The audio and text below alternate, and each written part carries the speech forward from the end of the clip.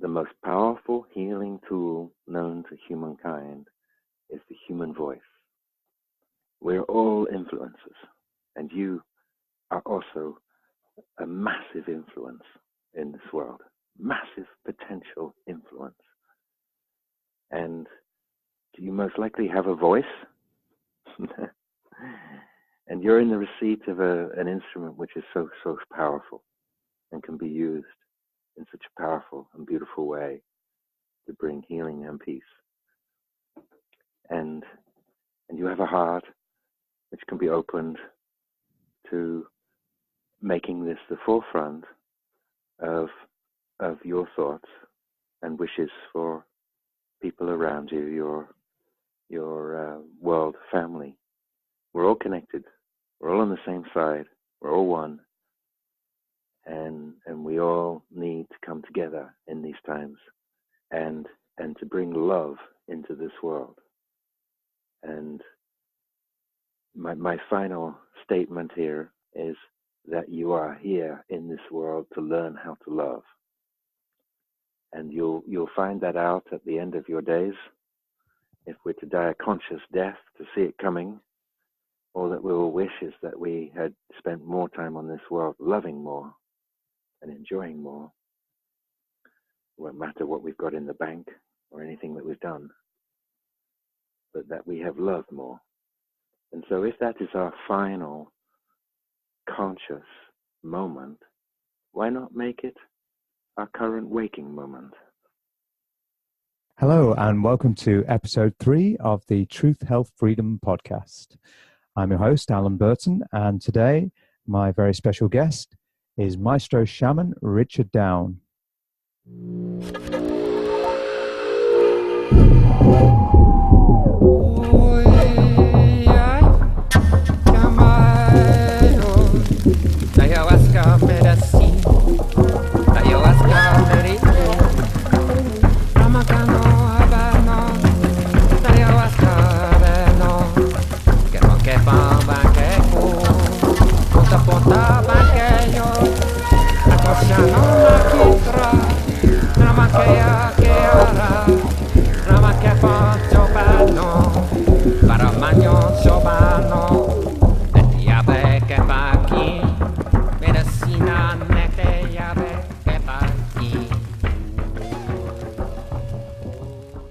Over the last 10 years, Maestro Shaman Richard Down has become known internationally for his work with healing song and sound healing. His work has been described as producing sudden and dramatic healing results in individuals and audiences, and trails of testimonials to this can be found online. Richard's healing song and Icaro are inspired by the Shipibo-Canibo tribe of indigenous medicine healers of the Peruvian Upper Amazon, especially his friend Maestro Shaman Antonio Vasquez Gaireta. Here, strong roots for his songs were created in vigils of repeated ceremony and constant immersion in Icaro. With a professional background in psychotherapy and hypnosis, he often uses hypnotic language and storytelling techniques within his healing songs and soundscapes. In recent years, Maestro Richard has been extending the healing power of his medicine songs, linking shamanic communities and gathering people together with a focus on creating pathways towards world peace initiatives. Strong encouragement of loving ways and an emphasis on summarizing ancient wisdom are the mainstays of his message. For this reason, Maestro Richard recently created Power Up, a live tour to spread his message of world peace through his medicine song. The tour began successfully in London in March and will be coming to the Heaven and Earth space in Manchester on the 5th of May. In Richard's own words, people come together in the name of love. It's time to co-create world peace. So that's the bio, and welcome, Maestro Shaman Richard Down. How are you? Hello, Alan. Thank you so much for meeting me here. So I read the bio, but really I want to hear about it in your own words and have you fleshing it out. So the reason we've got you on is because Lisa's got in touch with us both and wanted to bring your Power Up event to Manchester. So first of all, can you tell us what's this Power Up event all about? Yes, gladly, yes, with pleasure. the Power Up event, basically, I've been working on world peace initiatives with a number of different people, incorporating a lot of our sound healing events, lending them towards also a message that we're pushing out towards the people. We feel, when I say we, I would say myself and Katerina Down, my wife. We work very, very closely together. We feel that it's time to really push towards creating ways, pathways, and initiatives for people coming together to consider and co-create peace in our time. And Power Up London happened just recently, March the 24th. This is exactly how it was, the inception was exactly like this. I realized that there was a shamanic community that was growing, becoming very powerful in London. And I noticed on social media, the Aho Studios London represented the hub of this. And so I've been watching it for some time, and because I wondered, you know, how on earth do we get people together? How do we gather people together in one place and power each other up and get the message across and encourage each other and engage each other in powerful ways of working? I saw the Aho Studio community, that they were hosting really interesting events more regularly, that they were passing on wisdom from the indigenous keepers of ways of getting back to this earth and getting back to things that really matter, finding ways of living in commune, etc. And I just thought, wow, this is really the place to go. And we have to bring this place bring something to the table. So I spoke with Darren Ellis of Aho Studios, and I said, look, it was funny. We phoned each other almost synchronistically. He said, I've been thinking of ways of getting you up to London. And I said, that's funny, because I've been watching your Aho Studios for some time and thinking of what I can bring up. And so we knew we were going to do something together. And I said, look, I've got something that I want to bring to you. And it's this initial meeting is really, really important, because I want to bring up a message. I want to bring up a new video that I've just brought out called Icaros for World Peace, for it to be screened. And most importantly, I want to show people a way to use their voices to empower themselves and others. Most importantly, I want to get across that. But I want it to be an entertaining evening, and I want people to feel the euphoria of my medicine songs. So I want to be able to sing my Shipipo Icaros into your audience and your people, in order for them to have an ongoing effect, to help them do whatever they do better, to help them be the best version of who they can be. So it's a healing event, it's a message and an encouragement. And he got it straight away. And so it was very refreshing, Alan, because I realized that I was speaking to someone who knew exactly where I was coming from, and he was ready for it. And so we're both hungry for this to happen. And yes, dear Darren, he made it very welcoming for me, very encouraging, and opened his community and studio to me. We got a lot of his friends along, and some of my contacts in London.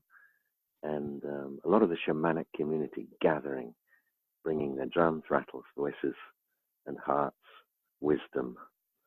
And so what happened on the 24th was quite explosive, really. I met Lisa Bardell, who's very, very instrumental in the Manchester Power Up about to happen on the 5th of March.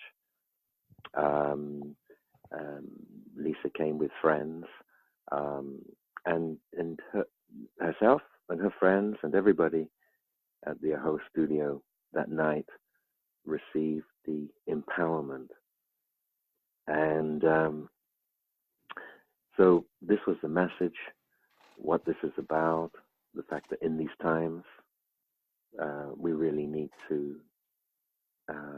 get moving with the work. You know, we are in the shamanic community. Some of us call ourselves shaman, and various things, but we're all influencers, and we can get some things achieved here. And part of the message was, don't wait for anyone else to do this.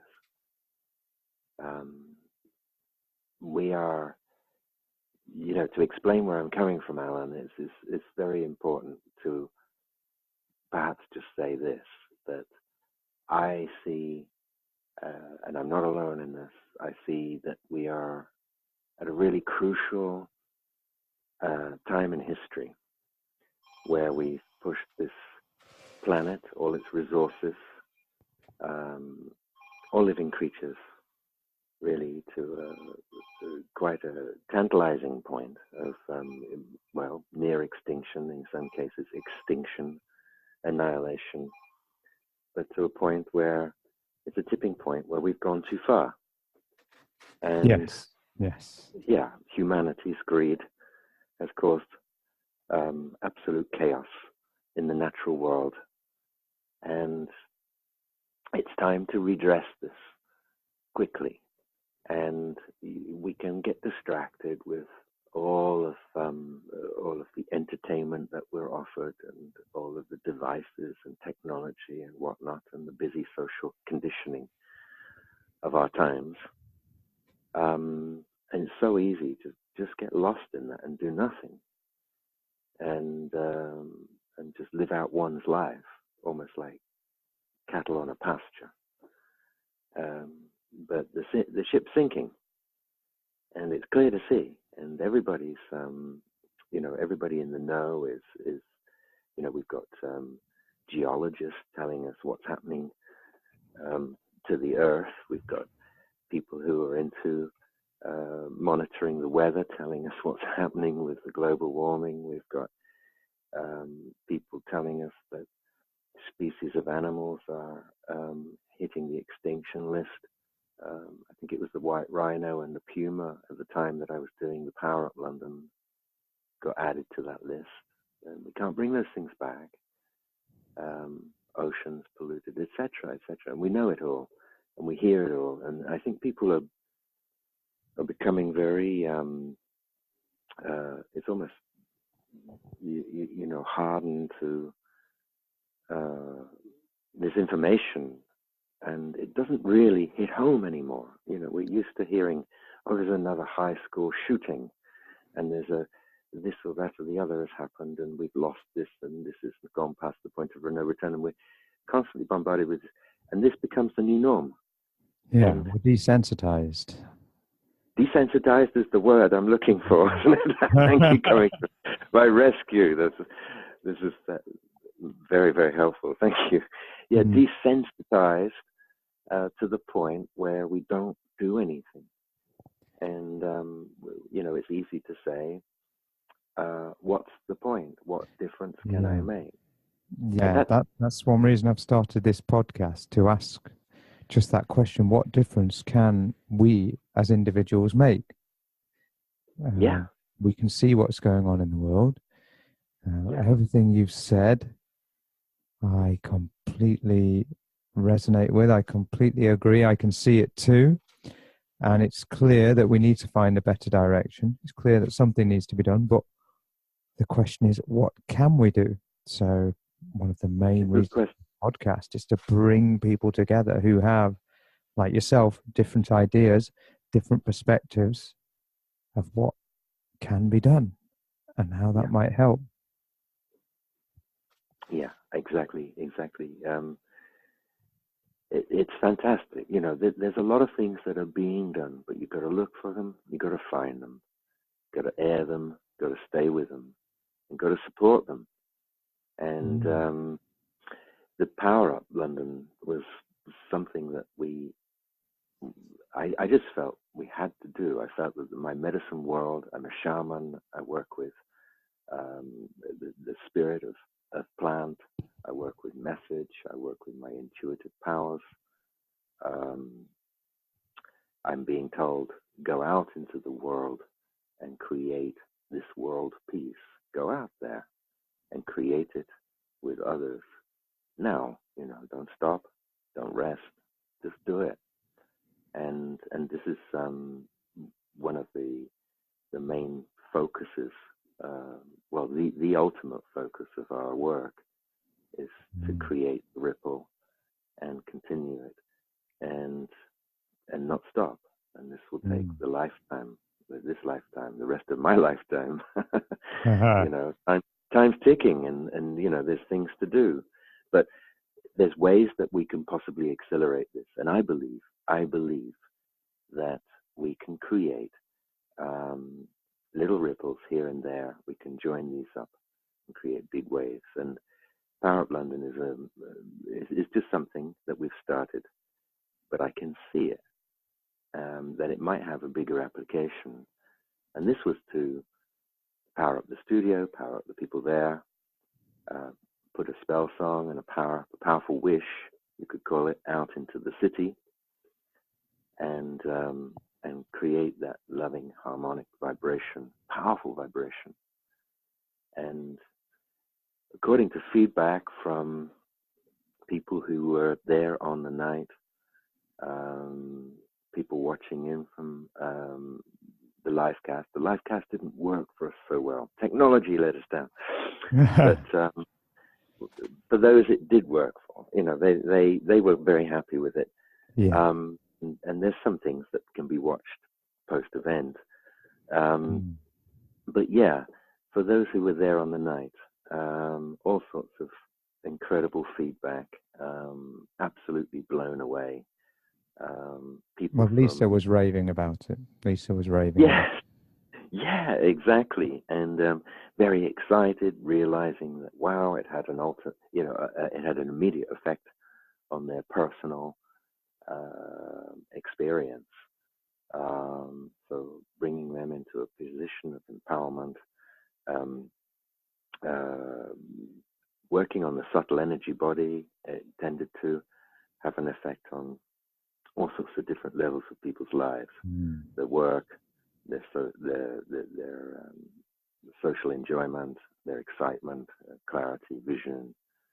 And this is shamanism, and these are powerful songs, as well as what we powerfully created on the night, which was working with sound healing frequencies that are known the world over to have sudden and dramatic effects on people's health.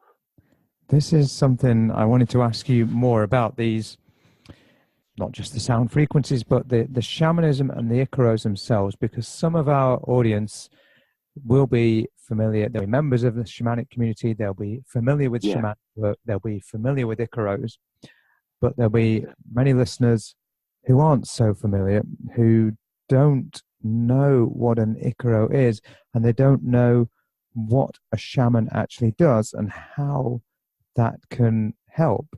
So would you be able to, first of all, explain the shamanism, and then how the Icaros tie into that, and what the effect of the shamanism and the Icaros are? What's going on there, and how is it helping? Yeah, for sure, Alan. It might help.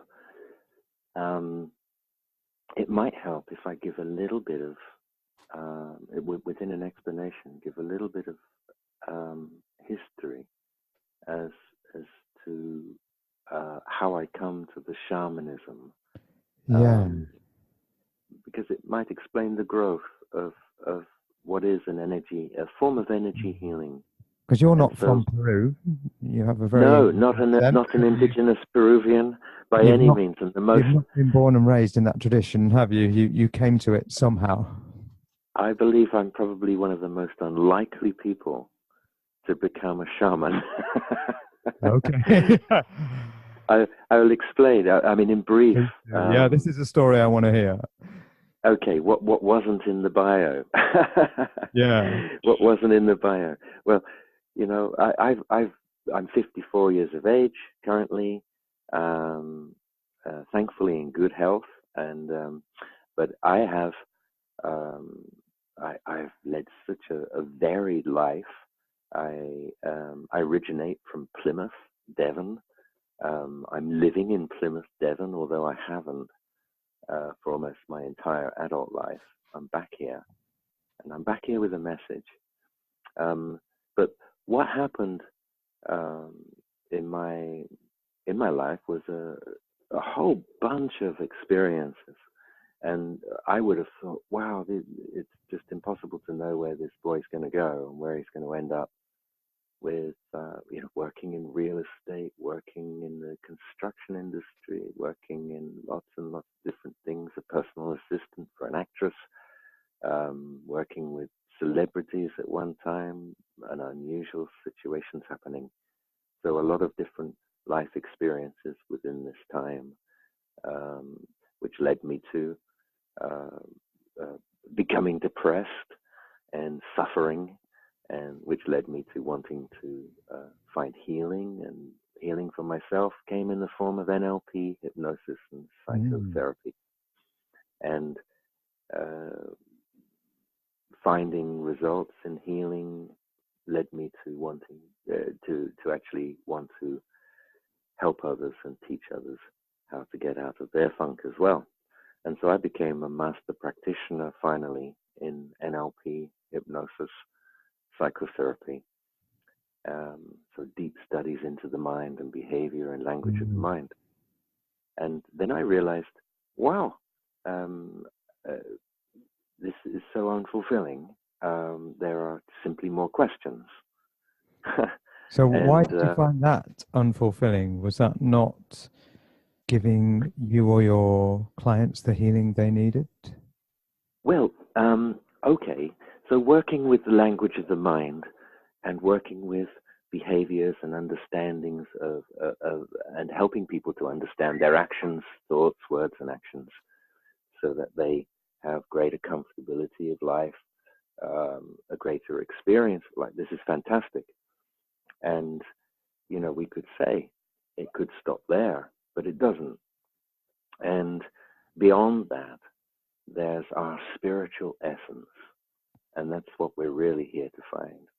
And so, yes, it helps to understand this mind, this egoic mind, its tendencies, its language, what it's going to do, what it's going to react to, how to change it for your benefit. But that is part of the picture. I mean, it's very, very helpful to realize this.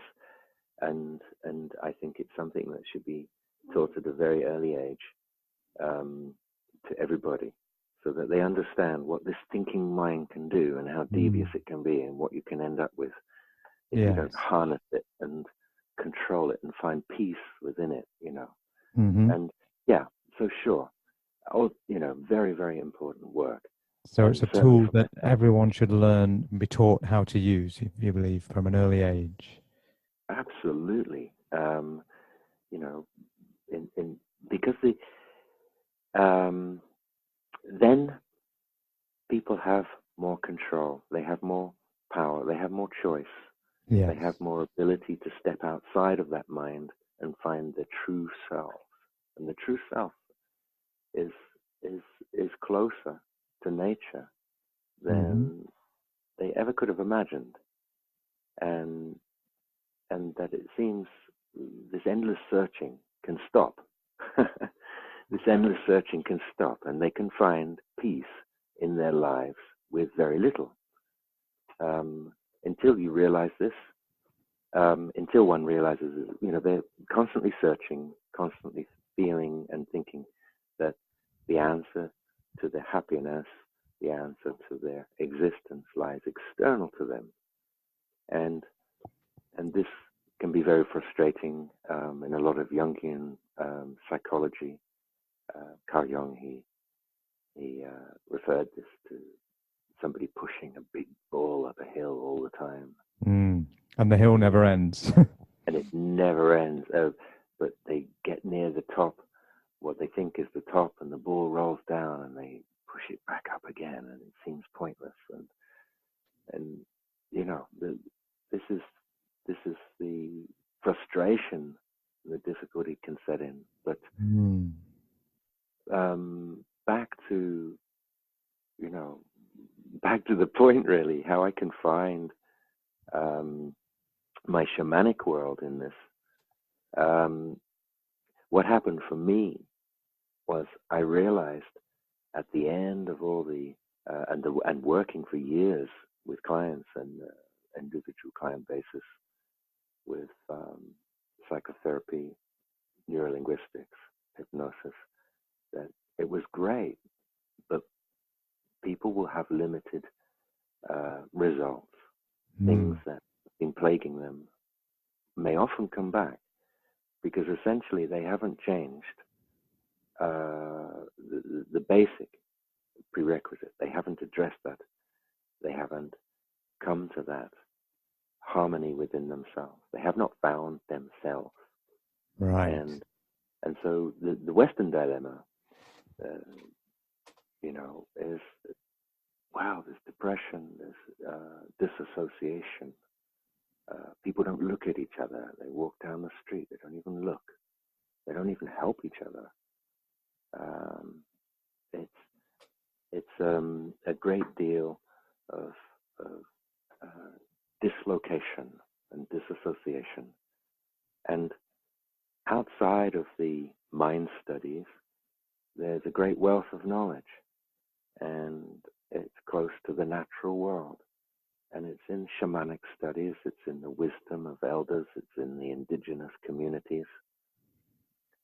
And this greatly filters into our experience of the lookers and the seekers in the West. And so they go off to India and they find a guru to teach them tantra and so forth, mantras, ways of being. They go to Peruvia and they find themselves shamans and seek the help of plant teachers. So you didn't go to India? No, I've never been to India, but Peru. On 2 occasions I went to Peru. Okay. And when was the first? How long ago was this?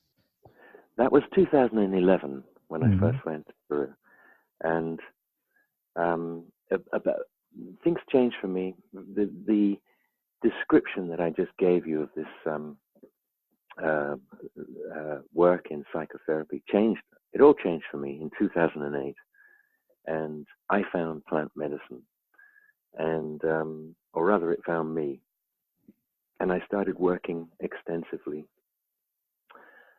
with plant medicine, studying this plant and absorbing its knowledge. And quickly songs came to me, and strange feelings of intuitive powers that I never had before. And so this is what I mean by this is happening to a very unlikely person here. Jack of all trades turns into a psychotherapist, turns into what next? Shaman? My friends were worried about me in the time, thinking that maybe I was lost, but I was actually finding myself probably for the first time. And so I believe that these songs and this medicine knowledge came along, first of all, to help me help myself.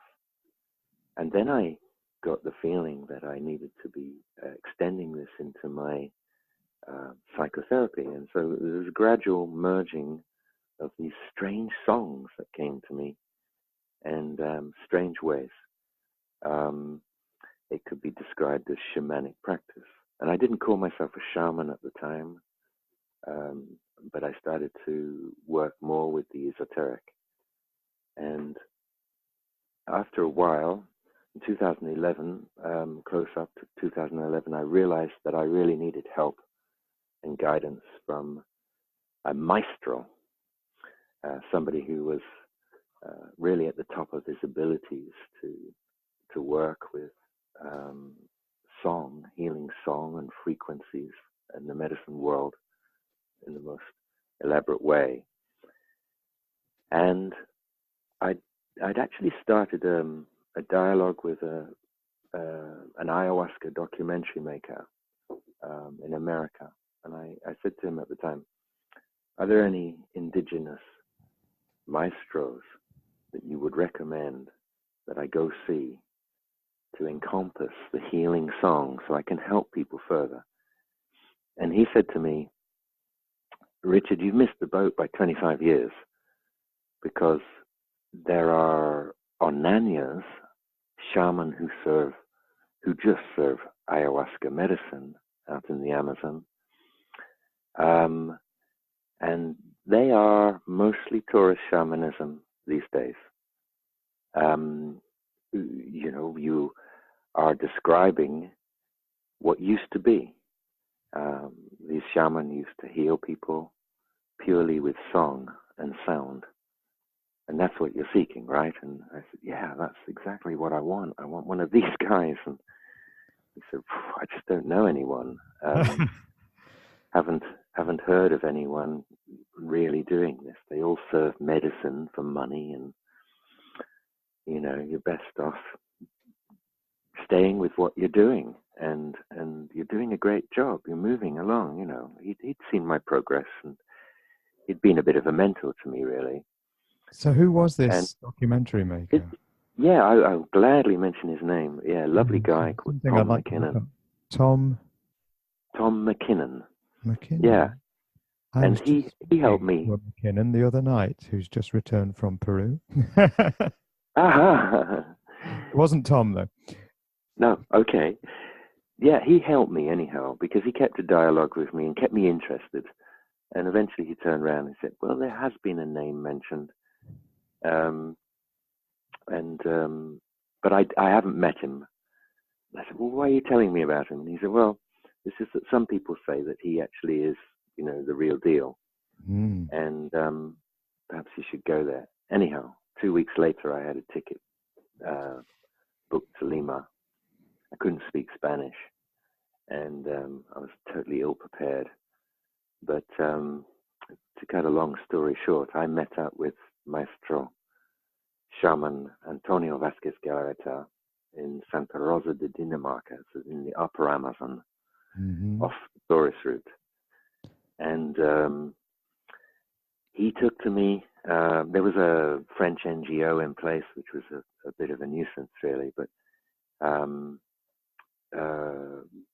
he was there, and he was operating quietly.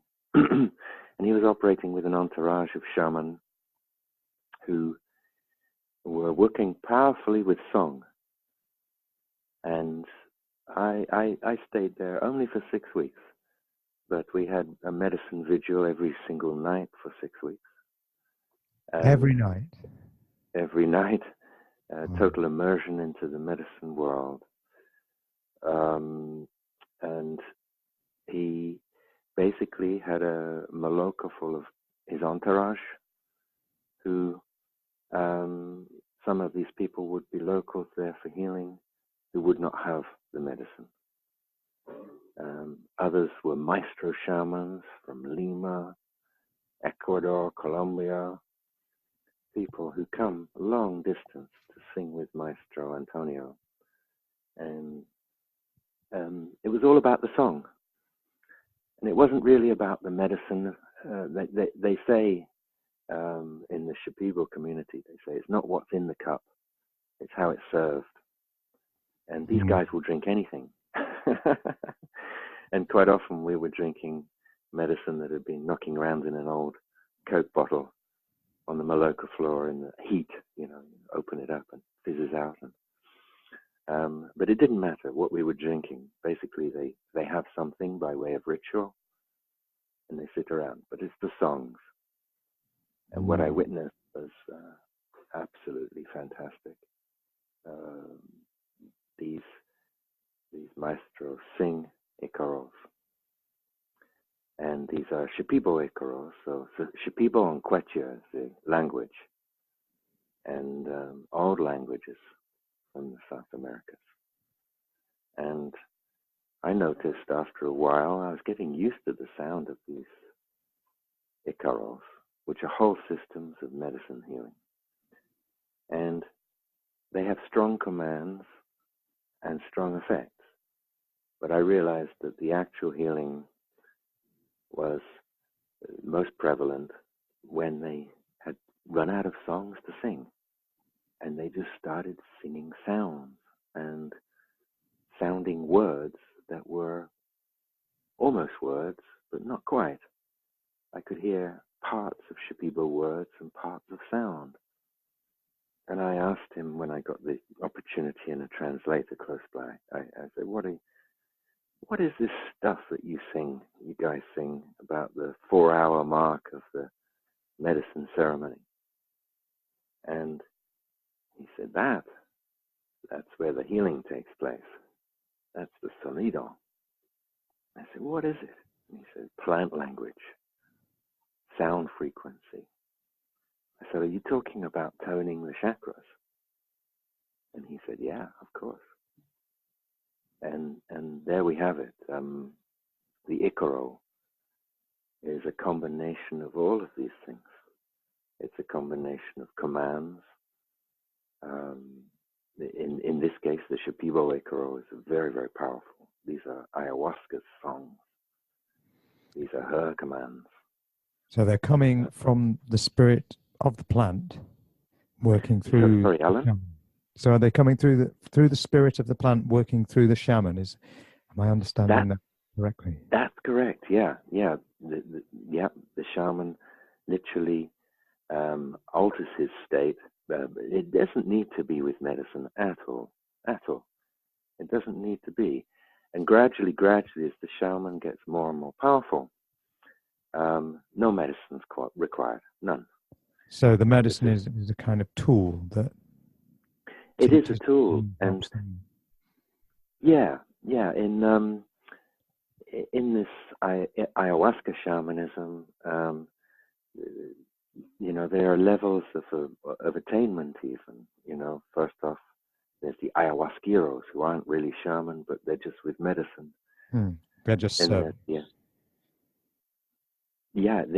there's the onaños, and these are shaman who serve medicine. And then there is Muror, Mireya. The Mireya shamanism is a high magic, and we don't need medicine. We don't need medicine at all. We don't need to take it. We don't need to give it, but we can affect it. So literally, what we're doing is we're singing ayahuasca, and people are receiving the effects. So you can give people visions through the songs. You can give people physical healing through the songs. No medicine goes past their lips. And that is the way things used to be done as well. Up until 50 years ago, in the Shipibo community, there's no way that the shaman would have given a Westerner medicine. He would have sung to them. He would have taken the medicine. And so the phenomenon of people seeking the ayahuasca medicine is a very recent one, really, and is a Western requirement. But the Icaro song is a whole system of medicine healing, powered by words, powered by loving intention. Typically, the Shipibo Icaros have a very Jungian kind of approach, in the case that they raise the darkness in order to see it. So it's a bit like the psychotherapist says, I know Jimmy, you don't want to talk about the incident, but it's the very thing that we've got to talk about, you know. So you've got to go to the darkness in order to see it, in order to lift it. And this is what the shaman do. And once it's seen, sorry, Alan? Once it's seen, what then happens? Okay, yeah, good one. So they've got the problem up in front of them, the energetic problem, the entity, the possession, whatever you like to call it. And once they can see it, then they can either ask it to go, or reject it, or blow it away, or diminish it, or shrink it, and vanish it. It's a beautiful thing that can happen. They don't operate from a place of fear, no matter what it is that rears its head. They simply acknowledge it as energy. So they're not slamming it. They blow it away. Blow it away. Blow it back to where it came from. So even the event, so, you know, you just gave the example of a psychotherapist talking to Jimmy about the event. So even that event in his life would have an energetic imprint or signature. Would that be what's revealed? And then that energy is something that the shaman would know how to manipulate once it's exposed. Is that right? Is that the correct understanding of this? That's it. You're right with it. Yeah, absolutely. That's what happens. It's a procedure. The person comes along and says, "Oh, you know, I'm suffering from this terrible feeling, you know, darkness, fear, trepidation. I can't move. I'm stuck." And the shaman is basically looking into the person's subtle energy body.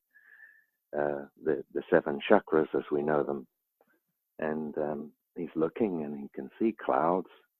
He can see in the auric field of the person that the energy around them is shrunken close to the body. He can see that there's bad air, Mao, bad air. He can see that there's a lessening of that person's vitality and life force. And so what he's doing is he's conditioning all these chakras back into vibrancy. He's creating fertile ground for new growth, planting seeds. You know, many analogies you can say really about this, but he's creating new ways for the energy to flow through. Yeah. Wow, that's incredible. And this is, you know, what I'm thinking based on what you're saying, could any human learn those skills, the skills of the Maria? Is that the correct pronunciation? Absolutely. You know, people get lost in the medicine world. You know, there's a lot of different medicines that people can study, get into, whatever, that are local to this country and local to other countries. But that's part of it. Okay, that's part of it. Finding plant teachers and you know, is the same as finding a walking, talking teacher as well. The plants can teach and the plants reach out. But that's part of it. But embracing these skills within themselves and becoming the teacher or becoming the influencer, that's possible for everybody, absolutely everybody. And we show people very quickly how to, even at the Power Up London event, I believe it took about 5 minutes in linear time to show people how to access the sounds that actually activate the chakras and to get them sounding powerfully through the chanting is the goal. Given a little bit more time, as in a day, people can be really given thorough instruction how to influence and activate energy centers of the body. Anybody who can make a sound with their voice, really. And for it to be really powerful and effective, the voice has to be powered by compassion and love. And really, that is the key ingredient for the healing song. The absolute key ingredient is we have a healing song that can possibly change things in this world, change things in the personal world of individuals, but change things in the collective experience of a greater world, and literally bring about a world of peace through song and sound, and I think it's Inayat Khan was his name, the leader of the UK Sufi movement. He said, "What is?" Oh gosh, I'm trying to quote it. I haven't got it around to read it to you, but he said, "What is the most powerful healing tool known to humankind?" And he goes on to list several instruments known to humankind. He goes on to list a number of musical instruments. Is it the violin? Is it the da? And he surmises and says, no, these are all beautiful sounding instruments and very powerful. But the most powerful healing tool known to humankind is the human voice. Powered, and that it's got to be powered by a battery or a source of power, and that the strongest source of power is love. Yeah. And so if people sing healing songs into each other with love in their hearts and an intention that it absolutely has to work, there is nothing more powerful that can be done. No action more powerful. And I've seen this, Alan. I've seen it over the years. It's incredible. As I started to move into this strange world of healing song, I had no idea what was happening with me. And literally, it could be happening to anyone. But I noticed that my songs were filling in the gaps that NLP in my studies of psychologies had left open. And I was restoring myself through my medicine songs and restoring people around me through my medicine songs. And gradually, Antonio, my friend, I wouldn't call him my teacher because that suggests an apprenticeship and a formal arrangement, and it wasn't that at all. He was more a friend, and we liked each other. He's a little bit older than me, but there was something he saw in me that I saw in myself, and yeah, he showed me a little more of this basically, and he opened it up, and he made me completely unafraid to express myself. He did something extraordinary, Alan. He insisted that I wear all this Shipibo gear, and yeah, I've seen the pictures. Yeah, and I do to this day when I work. I still put it all on. I remember the first time he handed me all this stuff, and he said, "Go on, put it on." And I didn't want to, and I felt stupid, because they sit around in their string vests and underpants, literally in the Maloka, Nike shorts with pockets hanging off and sandals, Traditional Nike shorts. It's the traditional Shipibo these days. Exactly. Cap on backwards and all that, everything. And there I was, sat like a Shipibo doll in the Maloka, with people laughing. But I said, why did you do this to me? Why did you make me dress up like this? And he said, you need all the help you can get. You need all the help you can get. And he said, one day you'll be so powerful you can sit around in your underpants and hold ceremony. He said, but until that moment, just keep going with this. He said, these patterns will help you remember These patterns will help you. I'll be with you. Rosita, she's sung into this. My friend, she's made this corona for you. All of this, Richard, all of this goes with you, because we can't be with you. And I thought, wow, what an answer, you know. But he encouraged me to sing in Shipibo, and his entourage, his friends did as well. Some of them, some of the old boys didn't take too kindly to it, but they basically, the message was, lose your mind, and you'll come to the healing song. Lose your mind. Don't worry about how it sounds. Don't worry about the lines and stepping outside of them. Don't worry if you've got a good singing voice or not. Don't worry, you know, but have that intention of healing. And I went back in 2013. Basically, when I left in 2011, I started singing, and I haven't stopped since. I haven't stopped.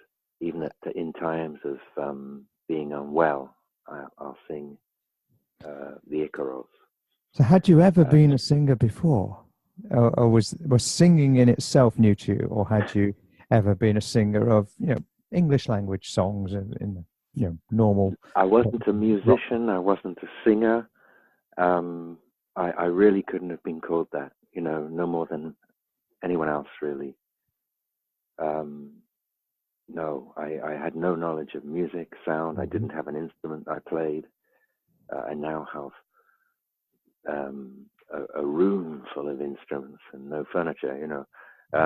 But yeah, these Icaros stayed with me, and I came back to the UK, and I started singing the healing songs, and I wore the cloth, and I wore the corona, and something said, don't stop, and the effects accumulated, and I started to get stories of people laying claim to great healing that had taken place on the night from a sound event that we did where I was singing the Icaros, and you'll see there's people saying all sorts of things in superlative, you know, reference to sudden and dramatic healing changes. And so gradually, I realized I felt like the shaman. Antonio said, you are a shaman. He was the first person to call me a shaman. Mm-hmm. And it's a funny thing to call yourself, really, in the UK, because mostly people who call themselves shaman come up with some criticism. You know, you can't call yourself a shaman, and that tired old argument of who the shaman is and all this comes out again. And I didn't want to, but Antonio said, you are. And the way he said things and the way he looked at me, and I just believed him. And I went back. I left the UK in 2011 in November, and came back in January 2012 as the shaman. And it's a funny shoes to move into. But everything changed in my work, and my work became less analytical and less psychological and more esoteric with the song. Found it very hard to describe it at the time to people. And I was in a bit of a no man's land, but we started doing sound events out there, and we realized, wow, it's healing large groups of people at a time. And 2013, I went back, and this time Antonio really helped me out so much. Made me really move into the role of singing in Shipibo.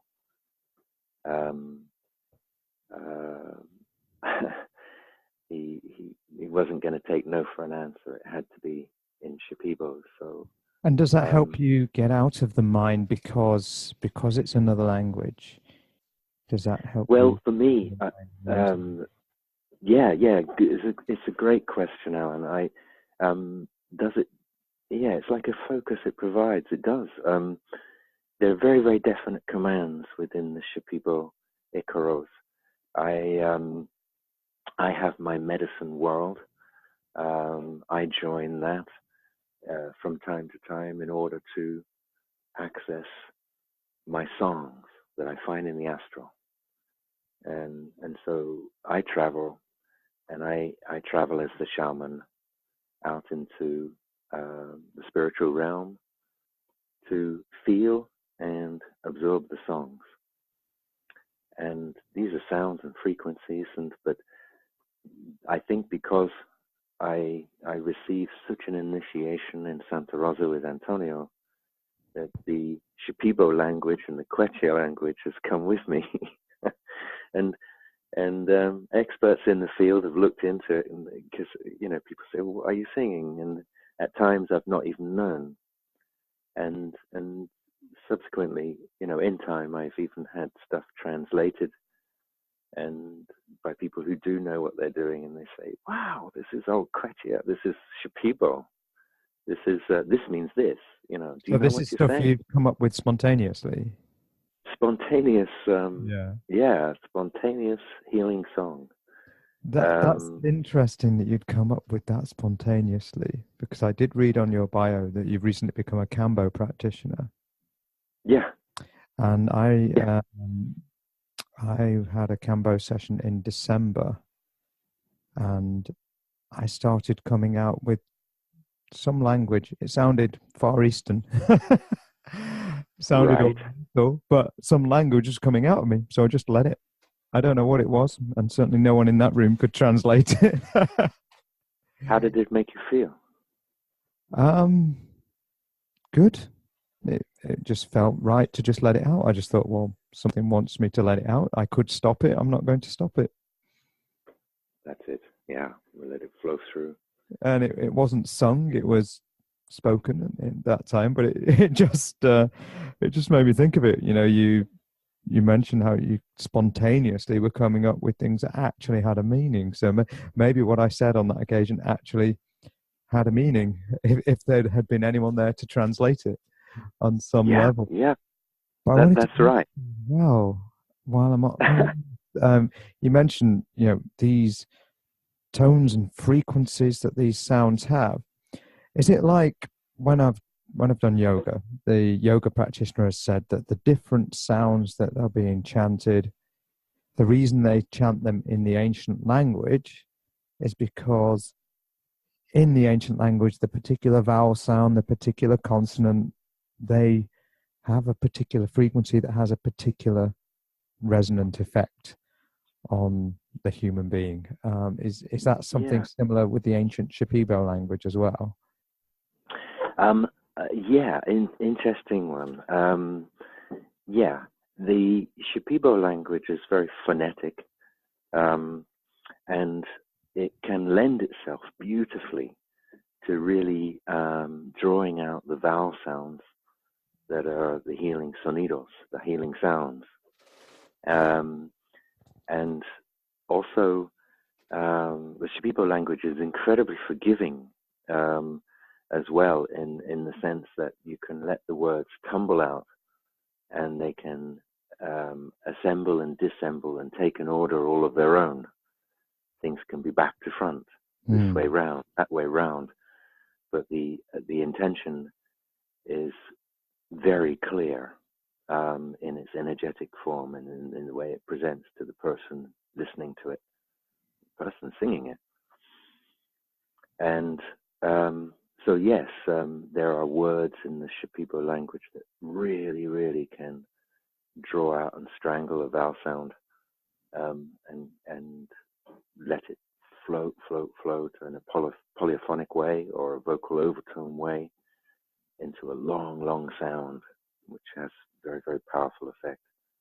And this is what the Maestro Shamans do. They sing in ways, they sing words that have a true meaning, but then they'll lengthen the word by 5 times the length with a particular vowel sound, and that will have an incredible effect. Suddenly the word is, the word is this, or it's a wish that's been stated, which the wish is powerful. I mean, it's like saying an intention, but then saying an intention with a certain tone to it is a different matter again. And this is what we are teaching people. Not that we're teaching people Shaman Icaros. I mean, they might come up with one. And from time to time, I do give people Shaman Icaros as well. I'm not precious of my work at all. I'm aware that anything can happen at any moment. And it's best that it's in the hands of as many people as possible. And I believe this is why Antonio was so generous with me. He said, "What are you doing?" And I said, "I'm trying to be of use to people that are coming to me for healing." My explanation of it was that the things I'm doing don't last, and it doesn't work for long enough. He said, "What do you want?" And I said, "Power." Empowerment, you could call. Yeah. But he laughed with me when the only word we came up with was power, Yeah. So by sharing your song, you're not just, it's not the model of medicine where we don't want our patient to get better because we want them to keep coming back and paying us. It's the model of, we actually want them to heal, and therefore I will share this to empower that person so that, they might want to come back from time to time, but we want to give the power to the individuals so that they can go away and heal themselves and others. This is exactly it. No, I don't want my clients, I guess you could call them. Clients, patients, yeah, whatever we call them. To become reliant on my therapy. Yes. To disclose, not disclose. I want to work with transparency, and the way things work out for me, Alan, and they work out very nicely, is I help people to gain control of their condition, their ism, whatever it is, rapidly. Sometimes it's 2 hours. It's a power session, and I can achieve a lot within a power session where there's some hypnosis and some words necessary for the mind level. So you're still using the old tools that you had from the old days, but with a whole new toolbox as well. Yeah, well, we're working with Westerners and intelligent people, and sometimes very, very intelligent, far too intelligent people. And that gets in the way, does it? And it just totally, we've got to get the mind happy first, There's got to be, so people have to have things, appeased on a belief level, if anything, like, why would they believe this guy who calls himself a shaman, And so we have to get through that. What's he talking about with healing songs? So we have to explain. So, there's a number of little steps that have to be made with a Western client. The cynical, rational mind. With a cynical, rational conditions and a very elaborate, beautiful mind. But there's ways that we have to address them. And so, the hypnosis, neurolinguistics, it comes in very, very handy. It was all part of the game. I can see it. Yeah. But the healing song, that came along for the soul. That came along for the in-depth healing. That came along for the bigger picture. And I see the bigger picture as let's create some really meaningful ripple in this pond in this time that I've got. Whatever time I've got. I'm a healthy man. I could live for quite a long time, really. You could have another 50 years. It is possible, depending on if I don't knock myself around. I could live for quite a long time. But the thing is, will it be long enough to achieve anything that is really, really useful for humanity? And of course, the answer is, even if you go for it, of course, you're going to make a very small contribution, but let's make one. Hmm. But it can And be like a ripple in a pond. You throw a stone and watch the ripples flow. yeah, let's see if we can power up. And this is what it's come to. And this is this year. And this year, I my mission statement is that I'm going to go for this. I'm not going to stop. I'm not going to stop. I'm going to just keep this going, and share what I can, and be wherever I can. And this means, stepping out of my lovely little hideaway in the countryside in Devon, and going to as many cities as possible. First off, in the UK, in order to deliver a message, a method, and basically the Icaros.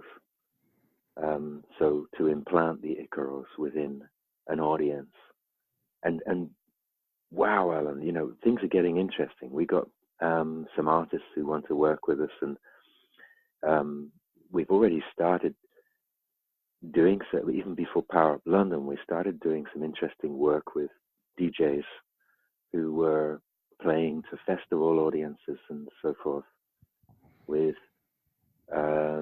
mainstream genre of music. So we're talking like deep house. So you're implanting this into the deep house. The audience is not expecting anything. When they go to Power Up, they're expecting a particular thing. So whereas when you're at these events, they're just there to have a good time. They don't know that any special intention or shamanic healing is being implanted in the music, and you're just dropping it in there. Just drop this little seed in this soil here and watch it grow, that kind of thing. That's right. It's like singing love songs. You're right with the Power Up London, Power Up Manchester is it's a highly targeted audience, highly targeted. And it's smaller for that reason, isn't it? It is. Yeah. I mean, and it's got to work, because it's not like it's a vast, limitless network. It's a very limited network, and the people have got to, all of this claim that I'm making here has got to be evidential. They've got to walk away from that evening feeling like the old world is blown apart purely through song. I've got to do what I say I can do. I've got to prove it to them right there and then. I've got 3 hours to do it. And they'll believe it when they feel it. And yeah, I can't just say, well, just go with it, or you've been healed. No, they actually have to write back to me and say, you know what, everything's changing. This is, there's hardly an aspect of my life that hasn't been touched in a good way. That's the kind of feedback that's required to know that I'm singing for my life here. And the Shipibo Icaros. Sorry, I want to make this digression, but please do. The reason that the Shipibo Icaros are held so highly in the plant medicine world is literally the Shipibos have been singing for their lives since times that date the Inca civilization. Their songs have been so powerful. They were tobaconeros, they weren't ayahuasqueros. And it was only because of the conquistadors that they came to the medicine. And they came to the medicine as a form of defense. And the songs at first were a form of defense. And they had to be very, very powerful in order to work. And they harnessed those sonidos, and they harnessed the energy in order to protect themselves to begin with. And now, in more recent times, they are known as being perhaps one of the most powerful influences in the medicine world, even though the Shipibo nation is absolutely splintered. Very small population now, very, very, very scattered. but yet still, these medicine healers, when they sing their Icaros, are known to be incredibly powerful at what they do, because they've been singing for their lives, all their lives.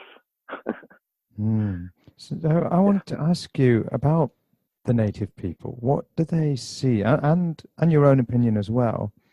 Yeah. You talked earlier about how your early work was with the mind and the brain. It was on that level. It wasn't heart, soul, spirit kind of level. How did we become so disconnected from the heart and the soul and the spirit and from nature? And do they have any theories on that, and how we can now reconnect? Obviously through song, and that's what you're doing. But how did we get so disconnected? Well, that's the mankind's evolution. What have we done? What have we ended up with?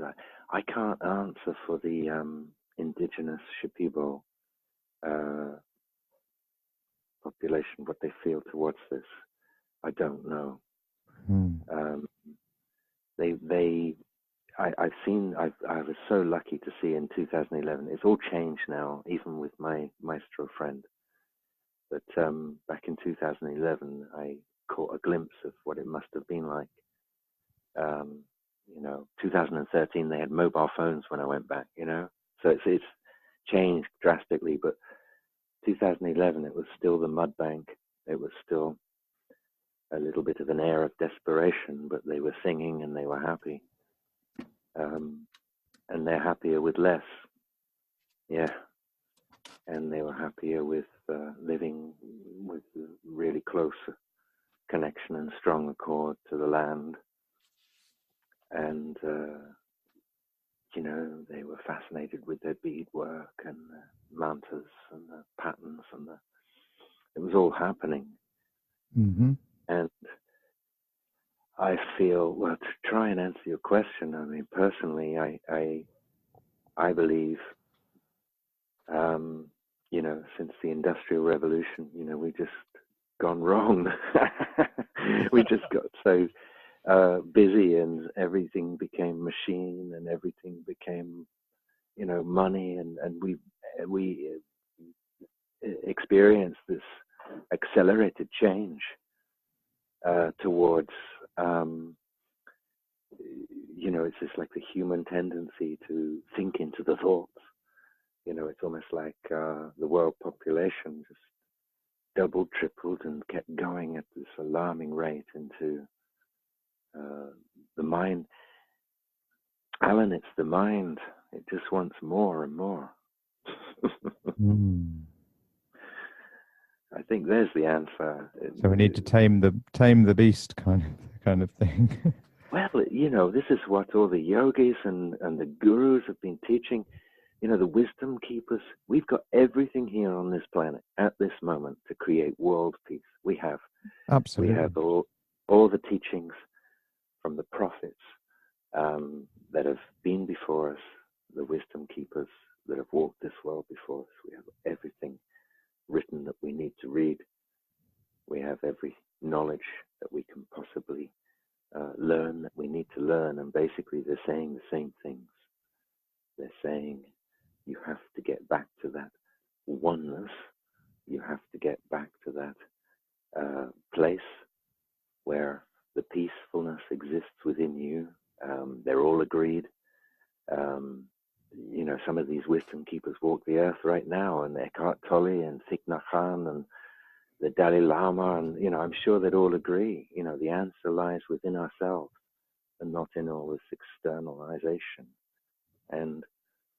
And ways to come back to that are the natural ways. The natural ways. Everything that we've produced, everything that we've come up with, takes us further and further away from it.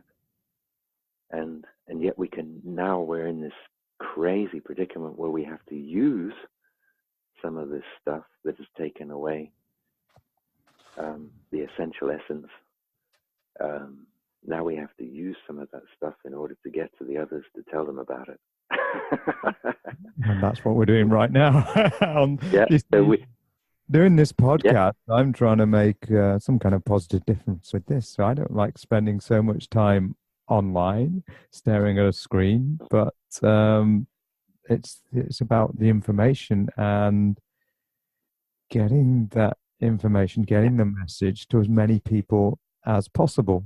And that side of I absolutely love. I'd much rather be sat with you face to face having a conversation, and with an audience in front of you listening. I'm sure you'd prefer that, but we'll do that soon. How it is. We're in the world that we're in, and we've got to make the best of where we are and try with all the knowledge and wisdom that we've got to steer things in what we believe is a better direction, a more sustainable direction. Because we, like you say, you mentioned all the resources in terms of the wisdom teachings and the ancient traditions. I think we also have, I know we also have enough resources to feed everybody on the planet. No one needs to be starving, there are enough resources to feed and shelter everybody.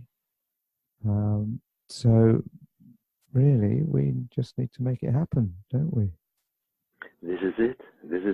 As you said, there's enough here to feed everybody.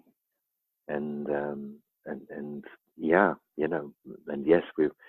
that's the thing though. We've got this technology and we've got our live cast. Everything's going live. I intend to go live a lot more, although I don't want to.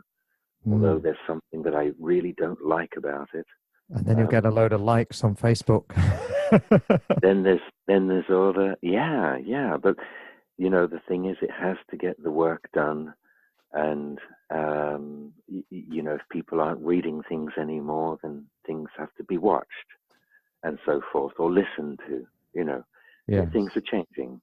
Maybe people aren't so happy to just read pages and pages of copy, but there'll be some people that's necessary for, so it still has to be done.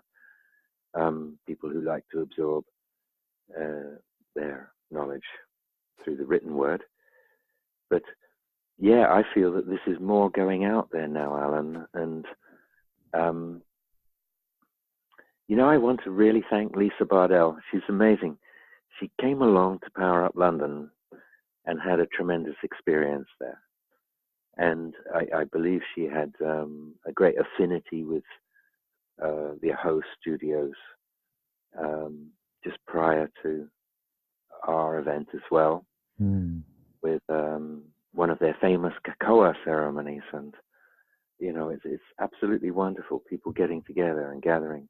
But she came along to Power Up London and got a tremendous buzz. And she's been incredibly helpful and instrumental in pulling together the Manchester event, Power Up Manchester, Heaven and Earth.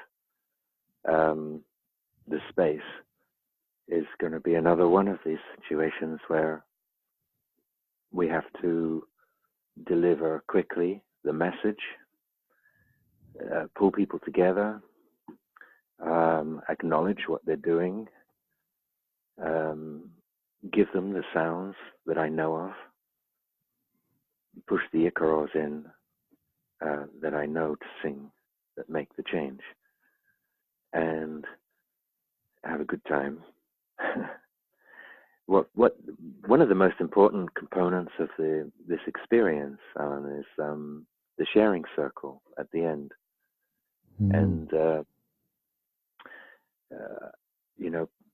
people say, "Oh, it's just a sharing circle." It's not. This is very, very important. At the end of an evening like that, when people have received, they've received something that is as powerful as receiving plant medicine, basically, just through song. No medicines exchanged. Nothing has passed anybody's lips. They've just been sung the song. I call myself a Maestro Shaman because I believe, and Antonio believes, I've reached the level of achievement whereby one can say, you've hit the top of your trade or at the top of your range, or Mm-hmm. you can do what you do. And so, yeah, my friend in Peru, he calls me Maestro, and his friends do too, and that's enough for me. Well, it's a So compliment, isn't it? I cheekily wave it around. But Yeah. the thing is, hopefully it doesn't provoke any terrible response in people, only humor. But It helps to spread the message, though, to if you have confidence, and there's no playing. What's that poem which says, "You're playing small does not serve the world. You're playing small does not serve the Marianne world." Williamson's Yeah, speech that one. in the Yeah, inaugural. Yeah. you just need to be honest. If that is what they call you, and if you have the Yeah. confidence that that is your level of skill and ability, if that's what it takes to convince people to be open to your work, then it wouldn't serve to say, "Oh, I'm not really a shaman. I'm not a maestro. I'm not even a shaman." You know what I mean? It wouldn't help Oh, yeah. you to No. play it down. It would. Then people think, "Okay, well, he obviously doesn't even believe in himself. Why should I believe in him?" So as Right. long as you're not arrogant about it, which I've seen no sign that you are, then why not just be honest? And that helps to spread the message and hopefully brings the healing to more people. Yeah. Yeah. Well, I'm truly hoping it has that effect, because for, in recent times, I've moved into my title. And the thing is, when I say this, it pushes me even harder as well, that I have to perform. I have to perform. They're expecting the Maestro Shaman. Mm. They're expecting things to happen that night. They are expecting, which is a huge thing to expect. Anything is fantastic. I want them to expect. I want them to get really, really excited about this. I want them to bring their friends. I want them to sit there, hopefully not with their arms folded, waiting for me to fall. Yeah. Come on, then. Encourage me, But it doesn't matter, I've had hard crowds as well, and it doesn't matter. We'll push them, and we get there. And, it can be a little bit unnerving. I think the hardest crowd I ever had to sing to, Alan, was I was visiting a doctor friend of mine, and she's a retired doctor, and she's ever so well-heeled, old school, old generation, lovely old lady, but very, very posh. And yeah, dear old friend. I love spending time with her because she has a kind heart and lovely blue twinkly eyes, and like the grandmother I don't have kind of thing. And I sat with her, and she said, "I love it when you sing. I love it, I love it. My heart feels like it's alive again." And her eyes were twinkling, and she took that moment to say, "Richard, would you please sing to some of my friends?" And I said, yeah, Catherine, no problem. What do you have in mind?" And she said, "Well, I'll get back to you with it." And then she said, "Right, I've got it all organized. I've got a panel of doctors who are going to witness your song." And she said, "I've got it all organized. Some of these are practicing doctors and some of them are retired. Most of them are practicing, and they're quite interested in what you're going to say." And I thought, oh my gosh. And certainly on the day, there were 14 people, and it looked like a panel of judges, arms folded, feet pointing towards the door. Absolute body language. The body language said, "You're a phony, a fake, and we've got no time for you." They must have had some time. They dragged themselves there. I'm sure it was just to hear, find out what this strange, that they're strange. Just to disprove you.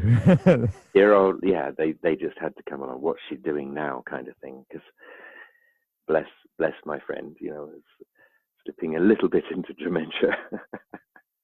She wouldn't mind me saying that. She's still with us. But yeah, bless them. I realized that when I was describing the Icaro, their eyes were rolling and they were yawning and doing all this. And I was thinking, this is going to be so hard to do, but I've got to do it. You know, I had my corona on and my things that still smelt from Peru. And I was thinking, in Antonio's name, and you know, with all my medicine world, which will enter your body now. And started singing. After a while, they became riveted. And afterwards, it was incredible. Even from the old school genre, I was getting hugs instead of handshakes. And I thought, cool, I've pulled it off. Probably to the hardest crowd I'll ever play to. But bless them, reported back a few healing things. I got asked to play and sing somewhere else as well from one of them. One of them turned into a client. So we're talking doctors, medics, you know. So it's an incredible opportunity to do what I do to the end and make sure people get it. I have to do that. And so Power of Manchester is going to be the same. It's going to be good. It's going to be help as many people do whatever they do even better within a really given small period of time, and just keep growing from there. That's I'm really looking forward to it. You've really sold it to me anyway. you've really sold it to me, so I can't wait. Well, that was good because tickets are a bit limited. Yeah. No, beautiful, Alan, beautiful. No, it's going well. There's going to be a really good crowd there by the look of things. The more, the better. It's quite a big venue. I think we've got it's limited to 100. So I'm hoping that for this one, and yeah, we really want to help people with this, and you know what? So help people with what? Help people co-create world peace. Co-create world peace. That's the end game. That's the ultimate goal. How can they possibly do that? Well, they go from this event feeling charged up. They go from this event feeling that things have changed internally for them, in their internal world. And they go back to their families. They go back with love in their hearts, because it's all about love. It's all about love. It's not about me. It's all about love. It's all about us. And it's all about our hearts opening to each other. So they go back feeling kinder, more loving, happier, more optimistic, encouraged, powerful, dare I say it. And they go back to their families and they say, well, you know, I've just been through this or whatever. Or even if they don't say it, they're the same but different. Something's changed and it's encouraged them. So even if they go back to their maybe they go back to an empty flat, but they go to the work the next day or step into their community. Basically, this love actually travels out. So we're talking about love ultimately. What I would wish for another. Greater state of health, greater state of mind, a greater life experience. Let's translate this into love. And so this love goes out and pervades friends, family, community. And that goes on. That helps them. And that helps them out of their mood or their dilemma or their discouragement or their skepticism or their social conditioning. And this helps them move. And so that's my contribution. And if I can keep going and keep interesting different venues, different places with the same energy, then that is all I could wish for. I think that's a really good place to finish. You've just summed that up beautifully there. I would like to just say before we finish, I'd just like to say an enormous thank you for giving your time so generously today. And I'd like to let everyone know when this event is happening. It's Saturday, the 5th of May, Power Up Manchester. So if you actually Google Power Up Manchester 5th of May, it will actually come up with a couple of results. I know that because I just did it just now. There's also a Facebook page for the event. I'll be placing all the links in the show description. So anyone can find the event, and anyone can find you and your work, which is, your website is Gateway to the Heart, isn't it? Gateway to the Heart. That's right. UK. So I'll be providing all these links, and I'm really looking forward to seeing you, hearing you, and feeling the power of these songs on the 5th of May. Is there anything you just wanted to share with the audience just before we end the interview? Well, Alan, I truly thank you. Thank you for encouraging us to do these podcasts. Thank you for being there. Thank you for extending yourself like that, because, wow, it creates another dimension for all of us. And so bless your work. Really, truly bless your work in time. These hopefully will be listened to by many people around, and be shared around, and it's amazing to be asked. So I thank you. And what I thank Lisa Bardell for promoting this Power Up Manchester in such a way. She really is bringing it to her people.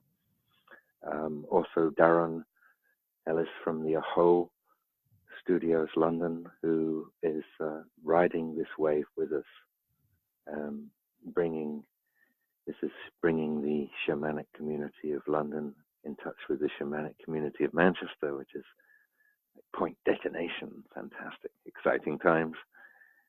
I just want to really finish with saying, whoever's listening to this, whoever gets to listen to this, no matter when it is, just something I want to say. We're all influencers, and you are also a massive influence in this world, massive potential influence. And you most likely have a voice,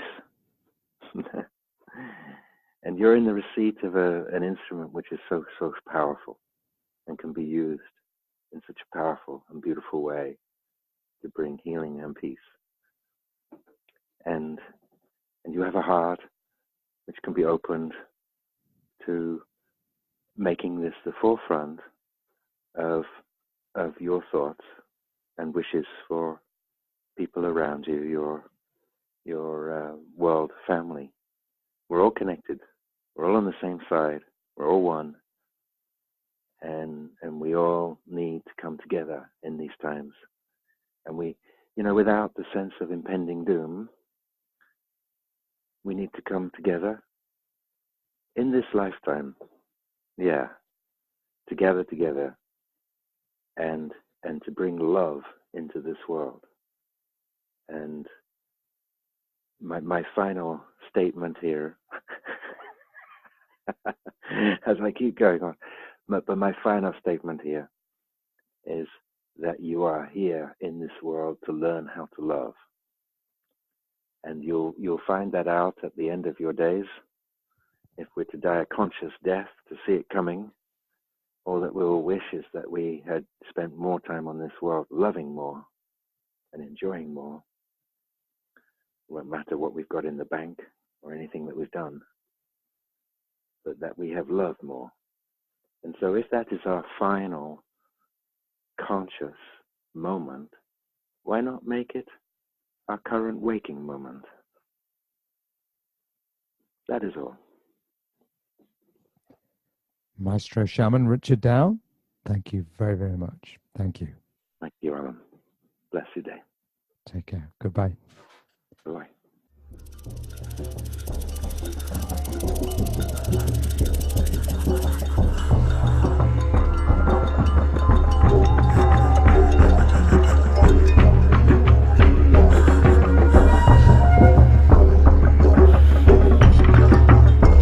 Opening the airs of ayahuasca medicine. Let's bring healing to the world. Now I'll call the visions of ayahuasca. Opening, centering, everything nicely.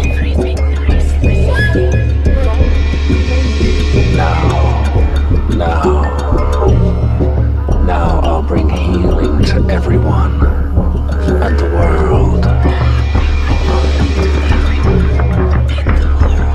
All the same way.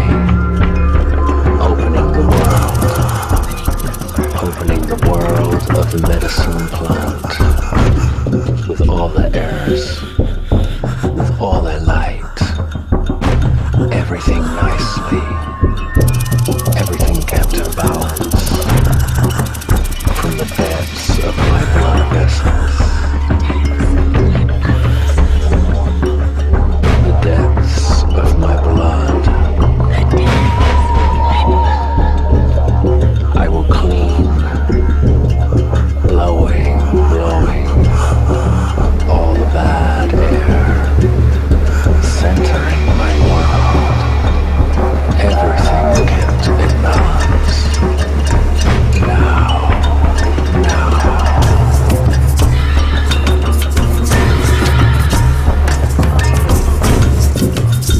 Thank